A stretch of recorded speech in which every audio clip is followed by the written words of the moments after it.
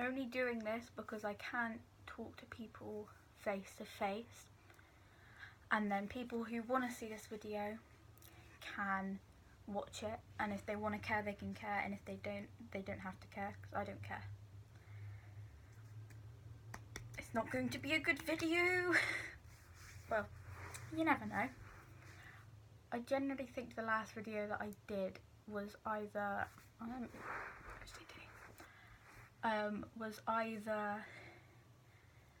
ASMR or the cancer video. Generally think it was ASMR. But anyway, this is carrying on from the cancer video because this story now has an ending.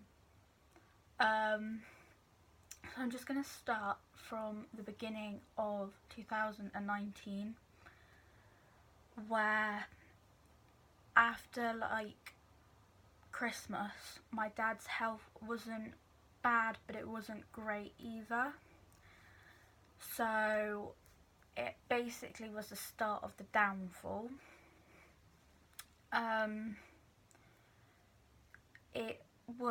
He had to go to hospital more times than he had to in the previous year, and you could just tell that it was obviously going downhill.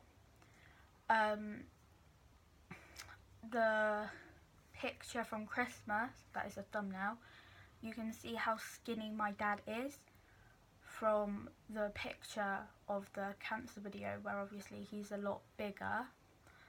So that was the like physical aspect of it. My dad went really skinny, like really skinny. And there was a part, I don't know what month it was in, but he had a lot of fluid that came in his stomach, and he had to have it all taken out, and then it had to be watched, and he would have to have this procedure done to him to get the fluid out, because more fluid would be coming in, and that's when you know it is going wrong, like something's about to happen. Now I'm going to start from the end of March-ish. So the last last 2 weeks of March, my dad was fragile as hell. Like, if you hugged him, it would feel like one wrong move and he would break because of how skinny he was, and you could feel most of his bones in his body. And you can see all the bones in his wrist. It isn't nice. But he was still smiling, and it wasn't like he was in pain or anything.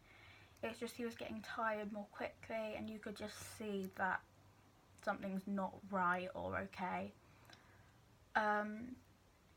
So the second last week of March, I was round my friend's house, and my mum comes and picks me up, and it's quite late at night, and then in the car she was just talking about how we were deciding whether to like get a hospital bed in the house, and a nurse will be constantly here checking on his health, and like that's where he'll die, or we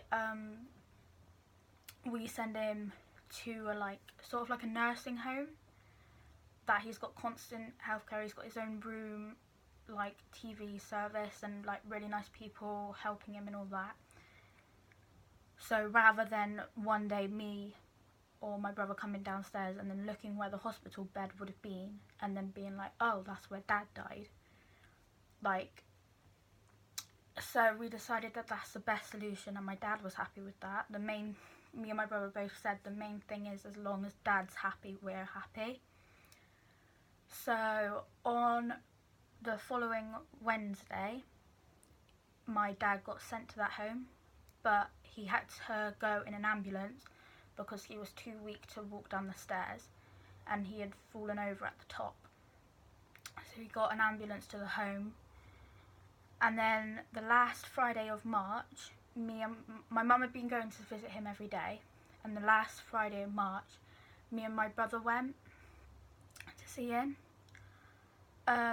because he was still looking like happy and himself before it was the big downfall. So we went to see him, and the nursing home was really nice. And just walking in, you could see that he's lost even more weight and that he went yellow. But he was still smiling because he wasn't in pain, and he was just happy to see us. And then that was my last interaction with him. I didn't say anything when I went in, because seeing him like that, all yellow and really, really skinny, one word and I would have broke down. So before we went, I was like, I love you, and we all gave him a hug. But that was the last time me and my brother saw him. And then that Monday, my dad had lost consciousness. My mum kept going in to see him, but his eyes would be sort of shut, but sometimes they would open, but he wouldn't be saying anything. And on the Saturday and Sunday before, my mum said, "Oh, Dad asked you for the TV remote today, Emma," because my dad was a really clever person, but his brain kept messing up, and he kept saying stuff or seeing stuff that wasn't happening at all. So Mum came back from visiting while he was still awake, and she said, "Oh, Dad asked you to pass him the TV remote today." So even though I hadn't seen him or anything, he still remembered me and was thinking of me, I guess. But yeah, he lost consciousness. He didn't really say anything or eat anything for the next 5 days. And then the Friday, the 5th of April, it was my brother's 18th birthday. So my mum gave me, my friend, and my brother a lift to school, so my brother could go to Wetherspoons afterwards and he can get a drink, and then my mum go and pick him up. So in tutor, I remember I was sitting there with my friends, and we were all just quiet because my mood throughout the whole week wasn't good, because I knew how my dad was doing, and my friends all knew what was happening. I made sure that they knew. And I remember just sitting there, and we were all silent, and I turned to my friend and I said, because it was the last day of term, I said, "This is going to be the holiday when my dad's going to die." And it was they all knew as well. They all looked at me, and it wasn't you can say, "Oh, don't worry, stay strong, he'll do better," because they knew that wasn't the answer, because that was going to give me false hope or something, even though I knew that obviously it wasn't going to happen. And then on that Friday we had maths period one, and I remember just going in there. I had barely gotten all my stuff out, and a receptionist came in the door and said, "Can I have Emma Topman, please?" I said, "Do I need to take my stuff?" And she said yes. And at that point I knew exactly what had happened, but I hadn't broke down or anything. I did start shaking, and she said, "Mum's on her way." So I go and sit in the reception office while I'm waiting, and then another teacher comes in and she goes, "Emma, can you follow me a second?" And I go into the student support room, and I see my brother sitting there. I sit down and we're both in silence for at least a minute, and he goes, "Do you know what's happened?" And I go, "No, but I can guess." It's my brother's 18th birthday, mind. And what felt like an hour later, even though it was probably 3 minutes, my mum comes in the door crying, and me and my brother just stand up and we know what's happened. And my dad, she got the call from the nursing home, and my dad had passed away.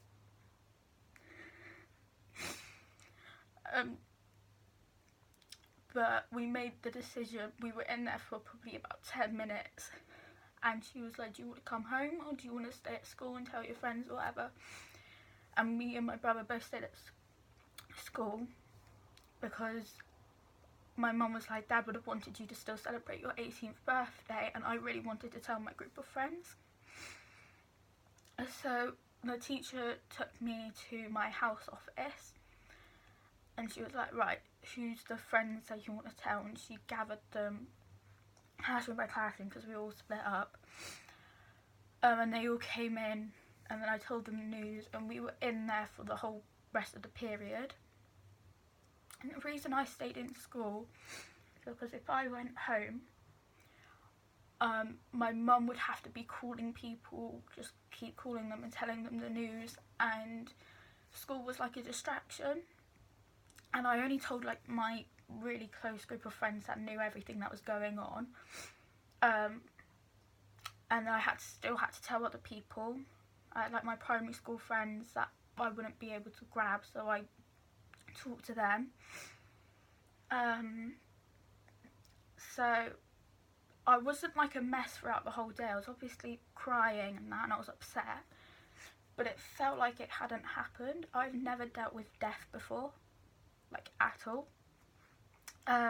This is the first time a really close family member for me has died. So then it was 2 weeks. We had 2 weeks holiday, and those 2 weeks it felt like it never happened. Like I wasn't a mess every day, and me and my family were still talking about him, and it hadn't felt like he was dead. It had felt like he's still at the home or something, because we hadn't been with him for a week prior. So my mum was planning the funeral, and I was planning the funeral. Well, I wasn't planning the funeral, I was like helping little bits and pieces. And then the first week back at school, on the Thursday, was the actual funeral day. I had like 4 of my friends come. I couldn't take all of them, which is understandable, but still. And I'd never been to a funeral either. So it was my first funeral. It's not the best thing to like be happy about or anything. It wasn't like I'm excited. All I remember is going into the ceremony, like the building, and it was me, my brother and my mum going in first, and then close family and close friends behind me, and my friends as well. And we walked in to Queen Don't Stop Me Now, because my mum let me pick one of the songs, and I just remember seeing his coffin there, and then it hit me like a ton of bricks, just knowing that he's actually dead, because it felt real, seeing Richard Totman, age 52, on a coffin in the front of this massive room. I broke down in tears, and my mum just grabbed me and pulled me into a hug. And then I didn't stop crying until the end of the ceremony. So it's hard for me to hear that song, but because we tried to make the funeral as happy as possible, like no one was allowed to wear black. I mean, they could wear a little bit of black obviously, but we wanted to keep it happy. So we had happy tunes, and then the reflection song was still happy, and it was based on my dad's music. And the going out song was Let Me Entertain You, which was happy because my dad was into theatre and all that. His 2 best friends spoke, and I gave a poem to hand in, and we had the flowers on the coffin. Me and my brother's flowers were on top. And that was the start of something I couldn't really explain. Like the week he was in the home, I noticed if I was doing work or anything, that I would make simple mistakes that I wouldn't make unless something was happening. Especially in maths, I was making easy and simple mistakes that I shouldn't be making. And then the weeks following the funeral, I wasn't really focused fully, which is understandable. And I would panic over little things, and I'd get upset over little things more. And it was like when he was diagnosed, I said that every single day in my head it was saying, oh, your dad had cancer. After the funeral, every single day in my head it was like, your dad's dead. Like, every single day it would pop up randomly. And my friend Bess described it as like PTSD. It was sort of like that, because I would be just sitting there and a picture of the coffin would pop up, or the picture of my dad in the home would pop up where he's smiling all yellow because his liver hadn't worked properly and skinny, and he would just be looking at me. And that's what has carried on still. I like being distracted by stuff, so if I'm not doing anything on a certain day, I will go into complete breakdown mode, basically. And little things set me off, like the stupidest things happen. I remember my mum telling me, oh, it's past a certain time, you shouldn't be on the internet anymore. And it was the day before Father's Day, but still I broke down crying. And then everything about my dad just kept playing in my head. And now with a 6-week holiday, knowing that we can't, it's not like we're going out as a family anymore, or doing stuff as a family, because there's 3 of us when there should be 4. Because me and my dad were really close. If we were playing a game or like a board game and we had to be in teams, it would be me and my dad and my brother and my mum. So if I want to play a certain game or anything, I feel like I can't, because one, there's 3 of us, and I'd much rather be playing with my dad, but I can't anymore. It seems like if we even play like a game on the Nintendo Switch that we've got, like if we played Mario Kart, which we haven't yet, I remember coming home from school and my dad would be practicing because he wanted to get to like the same level as me and my brother. And it just feels wrong with 3 things. Like if we're out at a meal as well, there's 3 of us at a 4-seater table. Like it doesn't feel right. And like especially near the beginning after the funeral, I felt like I didn't belong in my family, because my brother and my mum are really close, and I felt like I shouldn't be involved in that, because it was always like me and my dad. But it's gotten a little bit better, but still there'll be stuff that they can like talk about that I wouldn't understand. Or I remember just coming back from school, and it would be like my dad would always ask me about my day and what I've been doing. And like he would go, what's the fun in the day? Because he was always trying to make the fun out of school, because I'll come back and moan about it. But he can't do that anymore. And I feel like I can't even tell stories about school because it won't be the same. Like I won't get the same reaction out of my mum that my dad would have got.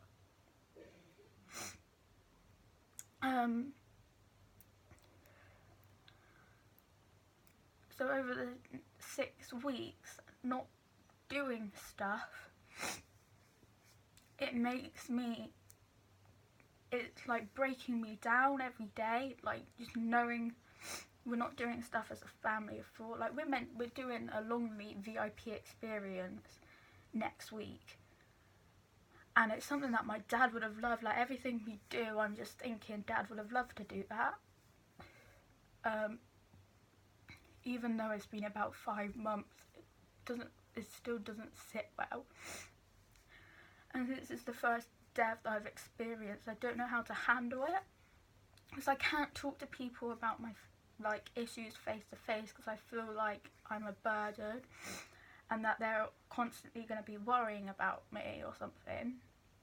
And that's why I get annoyed over little things, and the scariest thing is my mind at the moment, because I could just be sitting there as happy as Larry, and then I'll suddenly think about my dad and my mood will drop.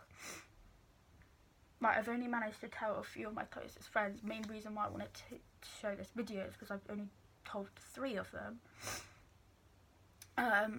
And they're really supportive and everything, but I just need to talk, because hopefully that makes it better. But I feel like I need help. I can't get it because I can't talk to people face to face. Like even if it was a therapist, I wouldn't be able to do it.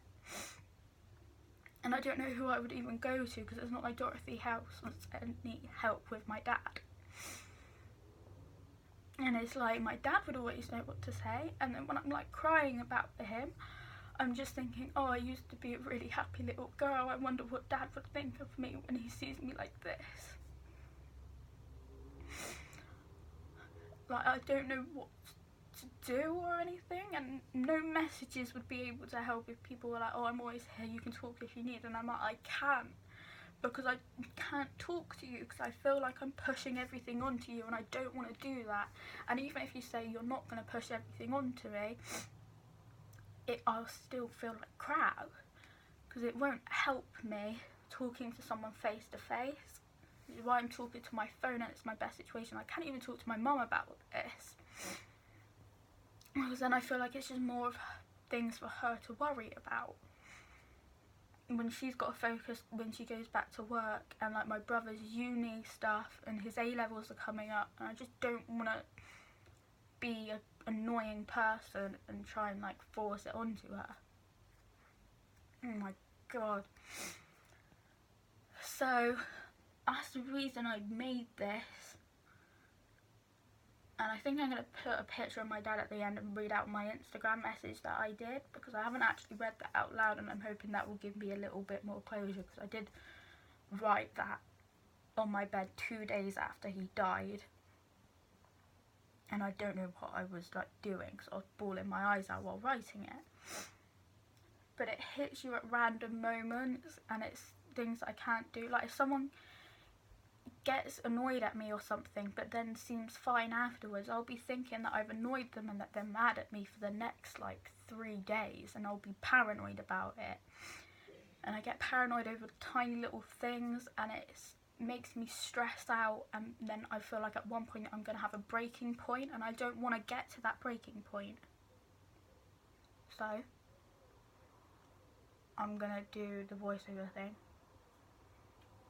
of the Instagram video, or the Instagram video, the Instagram message, and then thing, and just hopefully it will help me a bit. But again, like I said at the start of the video, if you want to care, you can care, but if you don't want to care, I won't care, because I just had to let it all out of my system and see if talking to a thing helped, because talking to people doesn't. So hopefully that helped. We'll see.